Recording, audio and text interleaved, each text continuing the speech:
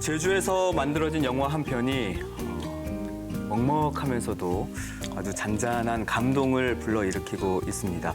장애인들의 복지 문제를 다룬 영화 복지식당인데요.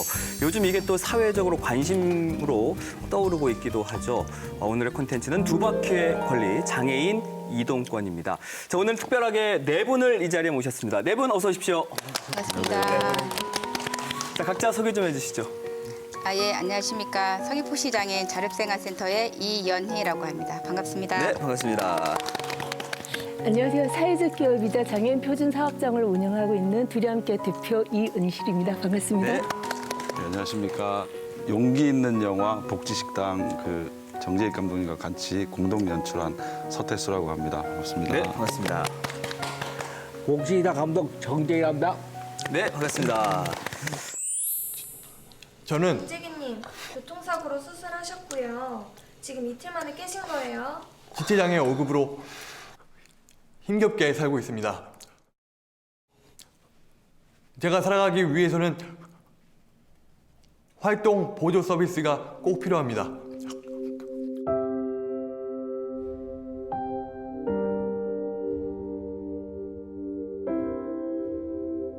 바로 채용 결정하겠습니다. 이렇게 서류 작성하시고 내일부터 출근하세요. 감사합니다. 감사합니다. 제가 등급은 5급인데 상태는 1, 2급입니다. 그럼 등급을 잘못 받으셨네요. 이렇게 헷갈리게 하지 마시고 장애 등급을 다시 받으세요.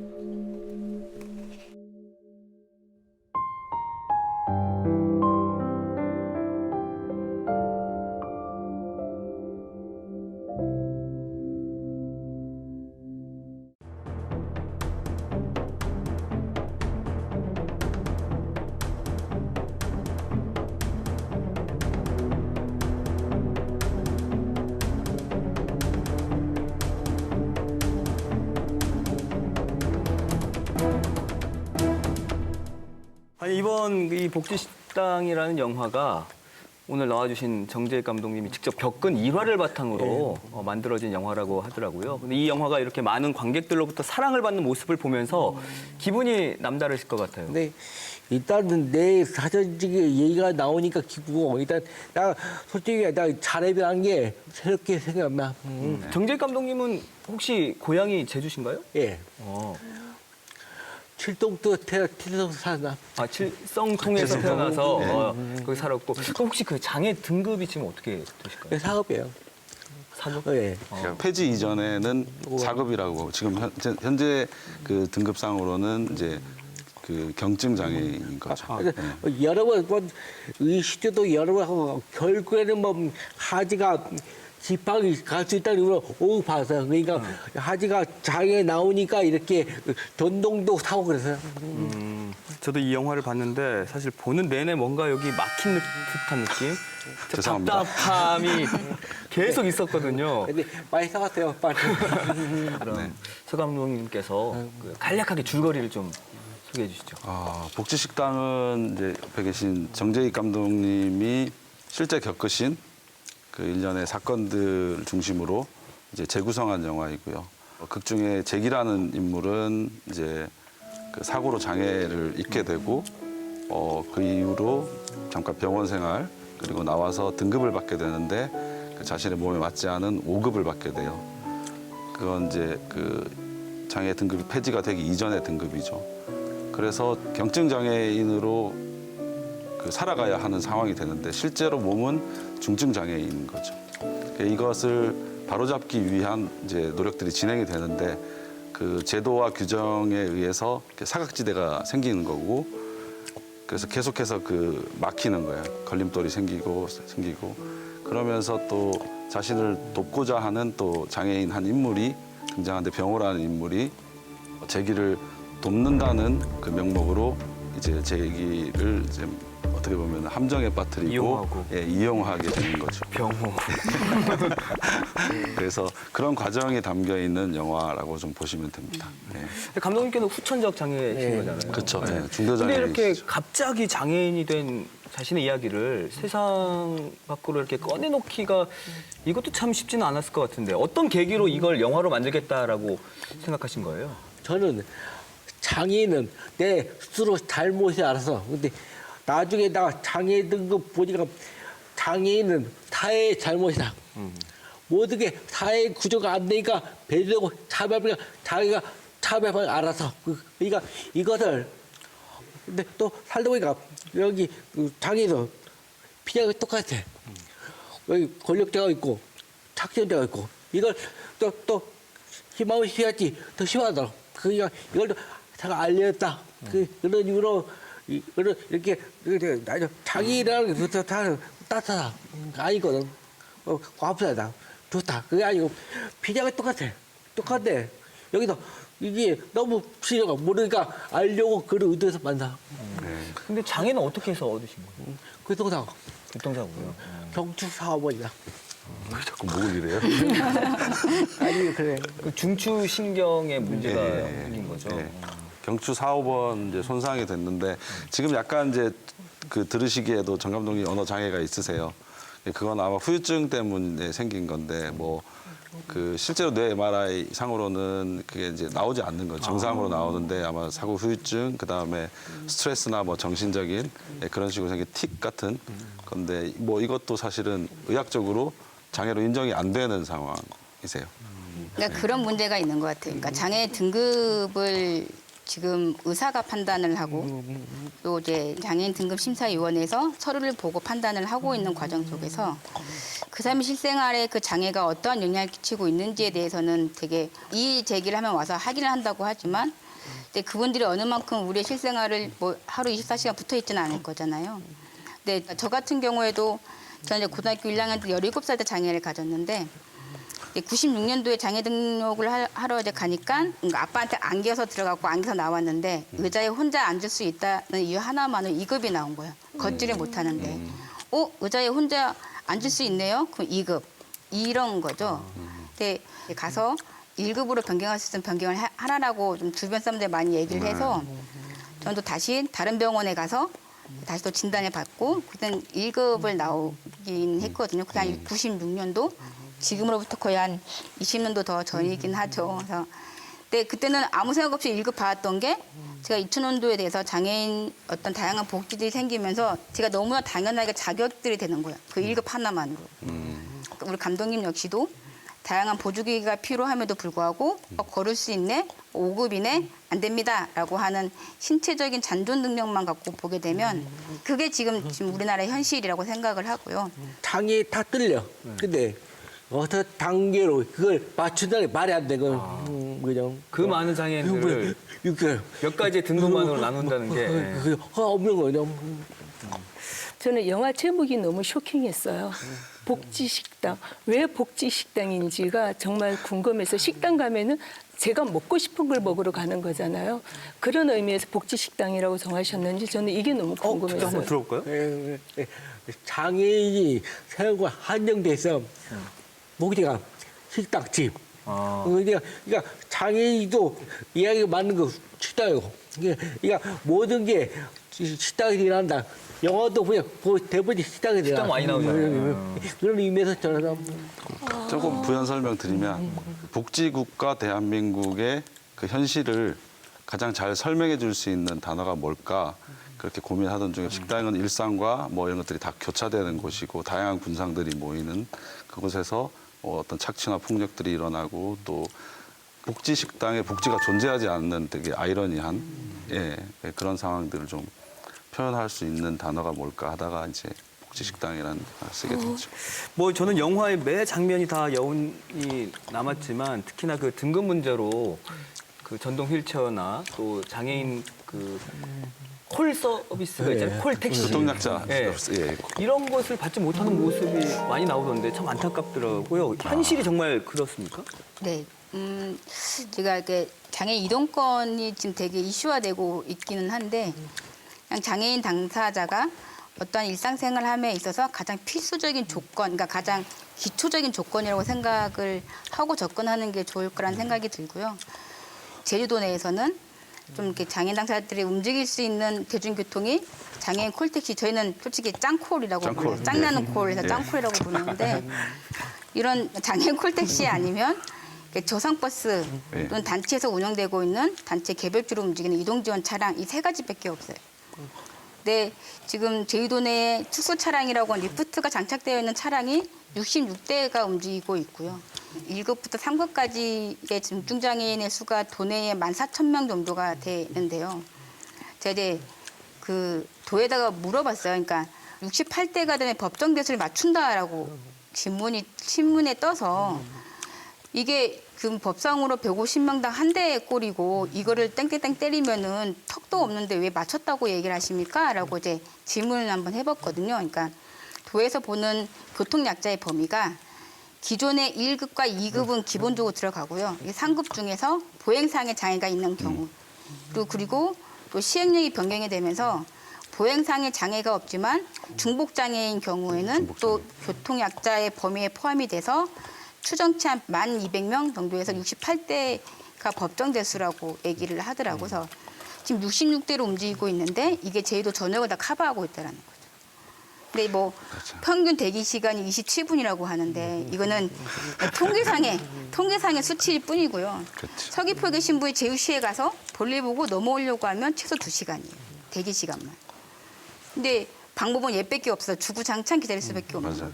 그럼 저상버스 같은 경우에는 조상버스는 제가 항상 얘기하긴 하지만 되게 그림의 떡인 거예요. 그러니까 지금 제주도 사투리로 고바이적인 공간 환경들이 되게 많거든요. 그러니까 조상버스가 슬럼프가 나와야 되는데 이 슬럼프가 되게 안정적으로 그 보도에 딱 장착이 돼야만이 제가 타는데 문제가 네네. 없거든요. 근데 그 버스 정류소에 보시면 차들이 막 이어져 있는데 어떻게 저상버스가 연석 단차까지 가서 차를 기울이고 슬럼프가 나올 수 있느냐인 거예요. 그러니까 보통 그 장애인 편의 등지법상의 경사로는 12분의 2를 맞춰야 된다고 되어 있어서 이 12분의 1이 나올 수 없는 위치가 되거든요. 저 내려오다가 좀 튕겨나갈 뻔한 적도 있어서 또 어떤 분은 내려와서 정류소에 될 수가 없어서 넘어질 뻔한 적도 있어서 그러니까 저상버스를 타고 움직일 수 있는 환경이 아예 되어 있지가 않습니다. 실제로 뭐 평균이 27분이라고 하지만 실제로는 그죠. 더 예. 길게 기다려야 되는 거고 이로 저희가 인해 가지고 불편함이 많았잖아요. 촬영할 때도 실제로 정 감독님을 포함해서 저희가 장애인분들이 영화 제작에 많이 참여하셨거든요. 그래서 특히 이제 정 감독님은 이동약자 서비스가 필요하니까 그래서 그걸 기다리는 시간이 이제 말씀하신 대로 정말 천차만별입니다. 어떤 때는 예약하면은 뭐 10분 안에 오는 경우도 있고요. 어떤 때는 정말 2시간 이상. 그래서 저희 배우들 중에 이제 비장애인 배우들이 이제 많이 계셨는데 그분들이 처음에는 깜짝 놀라시더라고요. 그러니까 다 준비해서 이동했는데 정 감독님하고 활동 보조인 뭐 장애인 몇 분이 남아 계신 거예요. 다음 로케이션에서 1시간을 기다리는 거예요.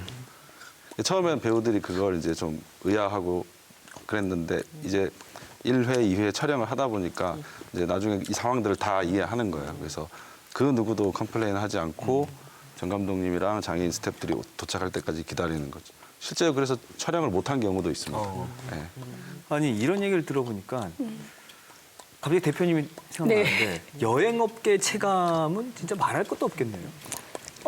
오늘 한림에서 제가 넘어왔는데요. 그게 어느 카페를 들어갔는데 이 대표님이 전동 휠체어를 타고 계셨어요. 근데 경사로가 없으니까 저하고 다른 교수님하고 두 분이서 들었죠. 그렇게 해서 안에까지 들어갔어요. 그래서 저는 웃으면서 와 여기 경사로 하나만 놓으면 접근성이 상당히 좋겠는데요 라고 말씀을 드렸어요.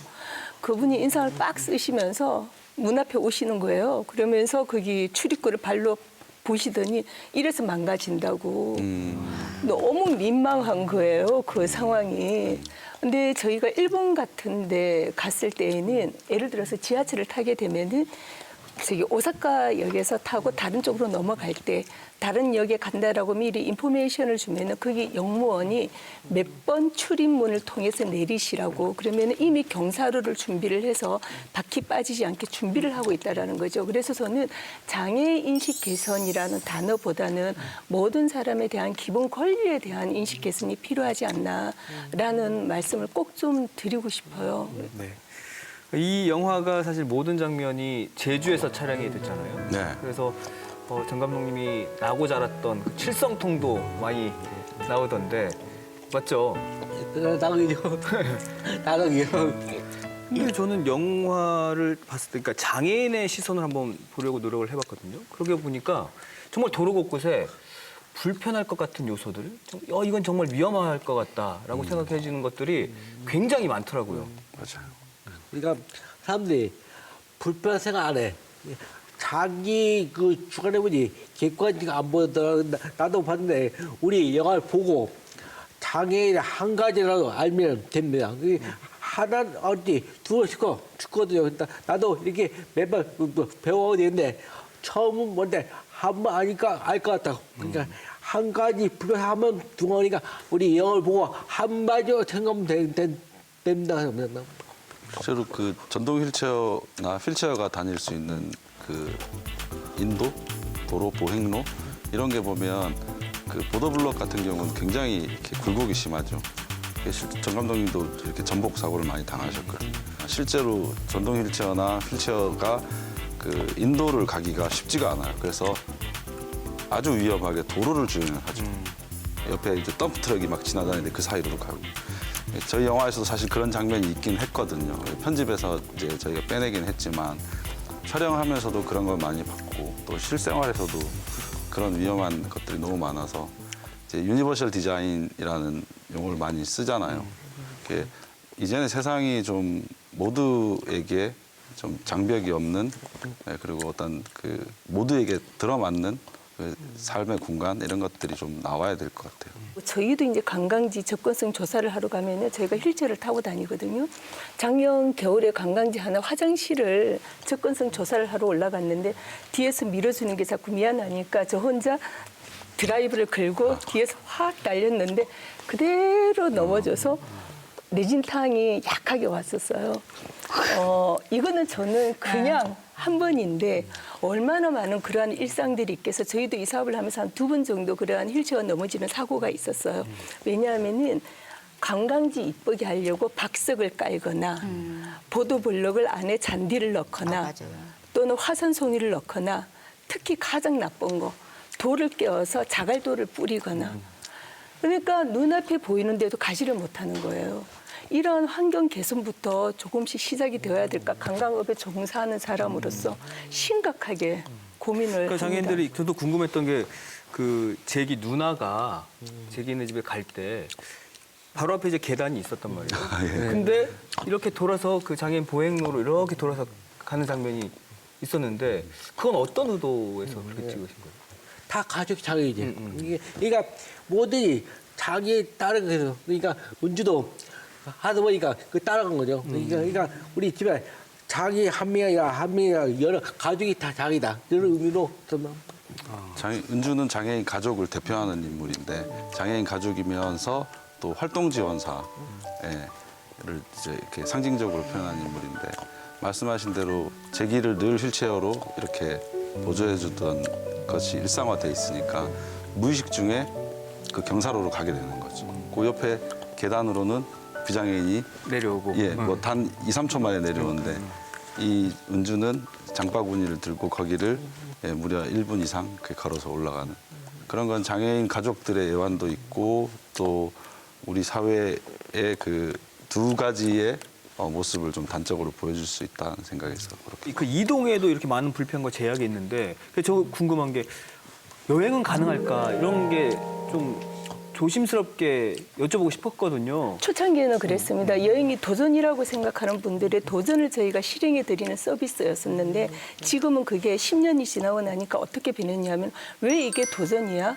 평범한 일상인데 저희가 제일 중증이 오셨을 때 거기 스트레치 휠체어 이용하시는 분 누워서 관광을 하셨는데 이분이 너무 좋으셔서 우리가 무대에서 춤을 췄는데 이분은 그냥 손으로만이라도 너무 기분이 좋으신 거예요. 그래서 여행에 대한 제한은 없다. 저희는 시각장애인들 모시고 완전 전맹분들 모시고 새벽에 출발을 해서 한라산까지 올라갔다 왔거든요. 저희 직원들이 모시고. 그래서 여행에 대한 한계는 없습니다. 근데 다만 그거를 바라보는 시선들이 문제인 거죠. 우리는 여행을 치유라고 표현을 하는데요. 일반적인 비장애인들도 여행을 하고 나면 힐링을 얻는다라고 하잖아요. 근데 여행이라는 게 중도장애인 분들은 사회에 적응하는 계기가 될 거고 또는 그 여행을 통해서 치유를 하는 시간을 가질 거고 특히 발달장애인 당사자와 부모님들 간의 여행이 치유가 되는 과정들을 저희는 굉장히 많이 보고 있습니다. 그래서 여행이 도전이 아닌 평범한 일상이고 그 여행을 통해서 사회 적응을 하고 치유를 하는 계기가 만들어지는 거죠. 장애인분들이 제주에 오시면 어떤 여행을 제일 선호하세요? 경험 여행입니다. 경험? 예전에는 여행을 하는 것 자체의 목적을 두셨는데요. 비장애인과 다르지 않은 맛집을 찾고 경험을 하고 싶고 사진을 찍어서 올리고 싶어 하시는 특히나 비장애인들하고 거의 유사하잖아요. 여행의 욕구는 동일합니다. 그러니까 저도 그런 생각이 들어요. 아니 네. 장애인들도 맛집 다니고 뭐 관광지에 사진 찍고 이렇게 인스타에 근데 올리고 이저 비행기 타세요? 이게 또 얼마든지 타세요. 그 아니, 이제 이걸 비행기 태울 수 있어요? 하실 수 있습니다. 그 이제 항공으로 비행기. 들어가긴 하는데 문제는 배터리잖아요. 배터리. 사전에 이 배터리가 이제 항공 내에 뭐 반입이 가능합니다라는 증명서가 다 나와요. 모든 항공사에 다 적용돼요. 그러니까 예예예. 그러니까 이게 지금- 기입이 반입이 가능하다 여부만 확인하면 거의 다 가능하거든요. 근데 이제 그게 있습니다. 이게 원래 아이아타 규정상 배터리 규정이 있는데요. 항공사마다 자체 규정을 운영을 해요. 그렇기 때문에 이게 그러니까. 규정이 통일화되면 좋은데 표준화돼야 되는 그게 거죠. 없습니다. 아니, 그래도 이제 가능하다라는 말씀 네. 들으시고 되게 신나셨어요. 나는 안 된다니까. 분리되고 무조건 져서 되고. 저는 무엇보다 장애인과 비장애인의 여행 욕구는 똑같다. 예. 그러니까. 그래서 여행 저도. 방식도 똑같아야 될 거 아니에요. 그래서 좀 아쉬운 부분이 있을 것 같은데 뭔가 좀 이거는 바꿨으면 좋겠다. 개선돼야 될 게 분명히 있겠죠. 있죠. 많이 있죠. 특히 제주도 같은 경우에는 렌터카가 3만 대가 넘어요. 근데 핸드고 컨트롤 차량이 3대밖에 없습니다. 예, 그리고 리프트 차량도 3대밖에 없는데 한 대는 관공서에 나가 있고 2대만 운행이 되거든요. 그러면은 2018년도에 건교부 자료를 보면은 복지카드를 가지신 분들이 제주도 여행 오신 수치가 한 35만 명 정도가 된다고 해요. 그리고 그분들이 타실 수 있는 차량조차도 없는 거죠. 이런 전반적인 사회 시스템이 굉장히 안 되어 있는데 이게 제도적으로 몇 대 이상의 차량이 있으면 퍼센테이지로 비율을 의무 비율을 가진다거나 큰 객실을 가지고 있는 호텔들이 단순하게 한 객실에 장애인 객실을 놓는 게 아니라 반드시 비율로 가야 되는데 이게 관광차별금지법이 시행령이 떨어졌잖아요. 그러면은 조만간 이게 시행이 되게 되면은 이런 부분들이 다 접촉을 받지 않을까. 이렇게 해서 시스템부터 만들어 나가야 된다라고 생각을 합니다. 자, 영화 복지식당은 장애인 등급 문제, 또 취업 문제도 있었고 이동권 뭐 이렇게 사실 저 같은 비장애인들이 그동안 잘 알지 못했던 장애인들의 삶을 있는 그대로 정말 객관적으로 담아냈다라는 평이 많더라고요. 그만큼 두 분의 협업이 좋았다는 뜻 아닐까요? 네. 아니 뭐 사실 장애인, 비장애인, 아마 프로 뭐 적통도 되고 근데 영화를 정말 즐겁게 만들어서 하나 뭐 화도 없이 즐겁게 재밌게 그렇게 하는 많으니까 이렇게 좋은 영화 되지 않을까 생각합니다. 또 직접 출연도 하셨잖아요. 아, 연기를 계속 하고 싶어 하는데 있는데 말이 안 되가 처음에 주인공을 하시려고 그래서 제가 말렸고 그 기어코 출연을 하고 싶다 그래서 거기 그 전동 휠체어 타고 지나가는 장면이랑 대사 하나 주시지. 아니 그 위하여 이거는 하셨어요. 네. 그마저도 NG를 내시더라고요. 네, 저희는 그 정 감독님 이 현장에 계시는 것 자체가 그 장애 비장애인이 통합해서 영화를 만드는데 굉장히 상징적인 의미가 컸었거든요. 그래서 비장애인들도 영화에 참여하면서 이미 그 장애 감수성이 향상되기 시작했고 현장에서 장애인들과 같이 몸을 부대끼고 같이 스케줄을 하면서 장애인 사회가 정말 이렇구나라는 걸 알게 되고 그 다음부터는 본인들이 먼저 그 장애인 이동권 확보를 위해서 뭐 어떤 공간이나 뭐 어떤 다른 로케이션을 갔을 때 계단이 있는지 없는지, 경사로가 있는지 없는지, 필요한 게 뭔지 이런 것들을 찾게 되더라고요. 그래서 그 사람은 한 사람이지만 이 정 감독님 한 분이 가지고 계시는 영화 제작 환경에서 미치는 영향이 굉장히 컸었거든요. 그래서 이런 모든 분들이 다 이렇게 힘을 합쳐서 만든 공동체 영화 그런 것에서 저희는 굉장히 큰 의미를 두고 있어요. 앞으로 이렇게 아름다운 협업이 세상에 많이 나오면 얼마나 좋을까요? 네, 정말 바랍니다. 이게 그냥 뭐 저희가 시작은 했지만 또 이후로 또 이런 작업들 이런 것들이 계속 좀 나왔으면 하는 바람. 그럼 앞으로 이제 장애인과 함께하는 그런 더 나은 사회를 위해서 우리가 할 수 있는 일 혹은 뭐 이것은 좀 바꿨으면 좋겠다라는 것들 어떤 게 있을까요? 아버지가 하지만 이지가 어디부터 시작하는 교육에서 그러니까 장애인 이지 교육을 어떻게 해야 장애인 기다리고 아니 장애인 안 보니까 학교에 나도 그러잖아. 학교에 장애가 없어. 그러니까 장애인 뭐 신기한 아이들. 머리가 나쁘고 장애를 부탁해보고. 근데 정말 어릴 때부터 장애 인식 교육 시켜서 아이들이 장애 부사주가 우리 함께 살 좋은데 그렇게 인식해야 되지 않을까 그런 마음. 네. 장애인식 교육을 어릴 때부터 해야 한다 이런 말씀해 주셨어요. 어릴 때부터 장애인들과 함께 지내는 모습, 그 다음에 같이 그 살고 있는 모습들이 계속 보여지고 그러면서 장애 인식이나 이런 것들이 이제 교육에 의해서 커져 나간다고 생각하거든요. 그래서 아까 유니버셜 디자인이나 이런 것들이 이제는 그냥 그 꿈만 꾸는 게 아니라 현실화돼야 되고 그 현실화시키기 위해서 그 정책을 결정하시고 그 운영하시는 그런 분들이 정말 귀를 기울이고 살피고 공급자 시선이 아니라 당사자 시선으로 봐야 되거든요. 그래서 장애인 당사자의 시선으로 사회적 약자 시선으로 정책을 좀 만들고 결정해줬으면 하는 바람입니다. 저는 몇 배수까지 관광인으로서 말씀을 드린다면은 대상이 아닌 소비 주체다. 우리가 소비자를 고객을 함부로 대하지는 않잖아요. 그러한 관광도시 제주도에서 그러한 인식 개선 운동이 벌어졌으면 좋겠습니다. 예, 대상이 아닌 주체로서. 네. 저는 이렇게 당연함으로 접근했으면 좋겠다는 생각이 드는데요. 뭐 배려의 차원이 아니고 그냥 비장애인 장애도 아니고 그냥 인간 사람으로서의 어떤 당연한 내 삶에 대한 권리를 보장을 받아야 된다고 생각을 하거든요. 그래서 당연함으로 그래서 학교 가는 것도 당연하고 여행 가는 것도 당연하고 친구랑 뭐 술 마시러 가는 것도 당연한 그런 당연한 삶을 살아가기 위해서는 뭐 법도 마찬가지기도 하고 뭐 지역의 인식도 마찬가지기도 하고 제가 주구장창 얘기하는 어떤 이동권 또는 건물에 대한 접근권 이런 건물에 대한 환경까지도 해준다는 개념보다는 당연히 당연한 거야 라고 하는 개념으로 접근을 하는 자세 그런 자세가 필요하다고 생각합니다. 그럼 우리가 지금 조금 벤치마킹할 수 있는 뭐 그런 타 지역도 좋고요, 뭐 외국 사례도 좋고 어디가 있을까요? 저 얘기해도 될까요? 네. 말 많이 하는 것 같아요. 아까 이제 대표님도 일본 케이스, 일본 사례 말씀하셨는데 제가 우연치 않게 캐나다에 간 적이 있었는데 그냥 공항에 딱 내렸는데 그 저희 흔히 얘기하는 장애인 콜택시 같은 차량이 공항 앞에 딱 서는 거예요. 그래서 외국에 오자마자 외국 장애인 당사자 만나네라고 이렇게 눈여겨보고 있는데 트렁크가 딱 열리는 순간에 그 트렁크 안에는 장애인 당사자 타고 있는 게 아니고 수많은 여행 가방들이 놓여져 있는 거예요.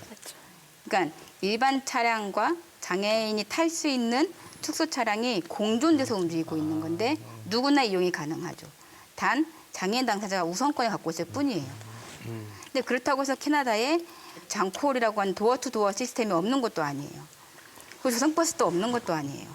그러니까 다양한 복지식당을 할 수 있는 그런 다양한 시스템들이 너무나 당연하게 되어 있거든요. 그러니까 약간 다양하게 좀 선택할 수 있는 그런 시스템이 저는 캐나다만인 줄 알았는데 미국도 그렇고 일본도 약간 UD 택시 형식으로 일본 애니메이션 보면은 뒷문이 자동으로 열리잖아요. 맞아요. 저 너무 깜짝 놀랐는데 그게 운전석에서 열어주는 거라고 하더라서 아까 상기장에 계신 분들은 문 도어락 여는 것도 쉽지가 않잖아요.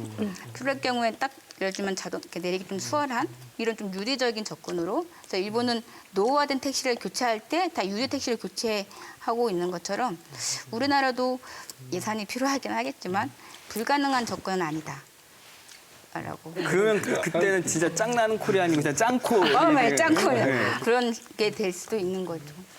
국내 사례를 좀 말씀을 드리자면은 작년에 우리가 7개 우리나라 권역 20개 열린 관광지를 답사를 하면서 투어를 진행을 했었어요. 굉장히 조금 속상한 게 올해 무장의 도시로 강릉이 선정이 됐잖아요. 제주도가 안 됐거든요.